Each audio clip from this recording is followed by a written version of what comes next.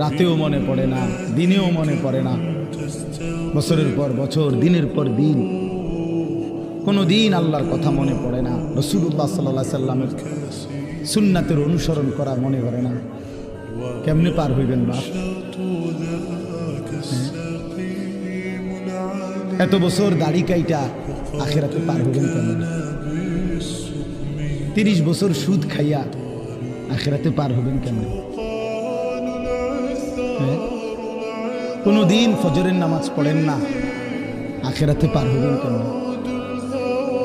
আপনার বিবি কোনোদিনও পর্দা করে না, এই বোন পার হবে কেমনে? 30 বছর ধরে প্রতিদিন আপনার ঘরে রঙিন টেলিভিশন চলে, আপনার বিবি বাচ্চারা নাচ গান নর্তকীর ছবি নাটক সিনেমা দেখে, মুক্তি পাইবেন কেমনে বাবা? বলেন, সবাই বলে, ফিকির করেন,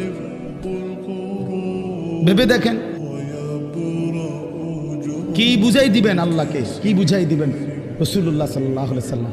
নবীজি কিছুই জিজ্ঞেস করবে না? কি মনে করেন আপনারা এমনি সবাই সুপারিশ করবে মানে কি কিছুই জিজ্ঞাসা না, কোনো কাগজপত্র কিছুই দেখবে না নাকি? কথা বলেন না। রাসূলুল্লাহ সাল্লাল্লাহু আলাইহি সাল্লাম সুপারিশ করবে মানে কি? মানে কোনো কথা নাই, শুধু আপনি গিয়ে দাঁড়াইবেন আর আমরা ব্যস্ত বুঝ দিয়ে লাগবে নাকি? তো তাইলে হিসাব করলো কেন? ডান কাদের বাম কাদের ফেরেশতা লিখলো কেন? আমল নামা তৈরি হইল কেন? মিজানের পাল্লায় ওজন হবে কেন? হাসরের ময়দান বিচারের ময়দান বলা হইল কেন? বুঝেন নাই কথা? এজন্য এটা অনুভব করা উচিত। রাসূলুল্লাহ সাল্লাল্লাহু আলাইহি সাল্লাম সরাসরি তাফসিরে আছে, আমরা পড়ছি বাবা।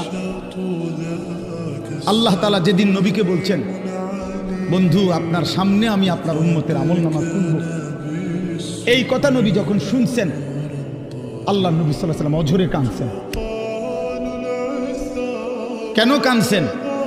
মুহাদ্দিসিনে কেরাম বলে, নবীজি চিন্তা করছে, ভাবতেছিলেন, হায় আমার উম্মতের আমলনামা যদি আমার সামনে খুলে আর আমি যদি দেখি পৃষ্ঠার পর পৃষ্ঠা গুনাহ নাফরমানি, আমি সেই চেহারা আমার মালিকের সামনে কেমনে দেখাবো? আমি কেমনে বলবো সর্বশ্রেষ্ঠ নবীর উম্মত এমন নাফরমান কেমনে হয়? বুঝেন নাই? এই জন্য বিষয়টারে এত তামসা মনে করেন। রাসূলুল্লাহ সাল্লাল্লাহু আলাইহি সাল্লামের ভালোবাসা আপনি জায়গা থেকে আপনি বুঝে নিন। আপনি যেই তরিকাত আছেন, আপনি তরিকা লইয়া আমার টানাটানি নাই, আপনার পিসাব লইয়া আমার টানাটানি নাই, আপনার দরবার নিয়ে আমার টানাটানি নাই। আপনার যেমনি হোক, আমি আপনি সবাই মিলে চলেন, ফিকির করি কেমনে আখিরাতের মুক্তি নেব। জান্নাতের অনেক দরজা, জান্নাতের দরজা একটা না, অনেক দরজা। যে কোনো এক দরজা দিয়ে ঢুকতেই, এই এখন শুনামু আপনাদের, এখন করছি,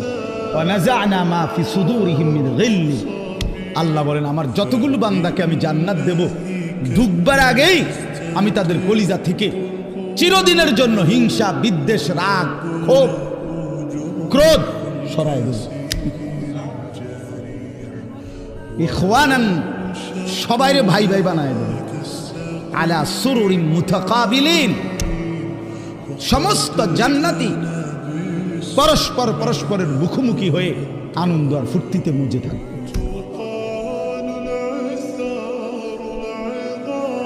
এই জন্য দোস্ত আমার, বন্ধু আমার, বাপ আমার, ফিকির চাই, ফিকির চাই।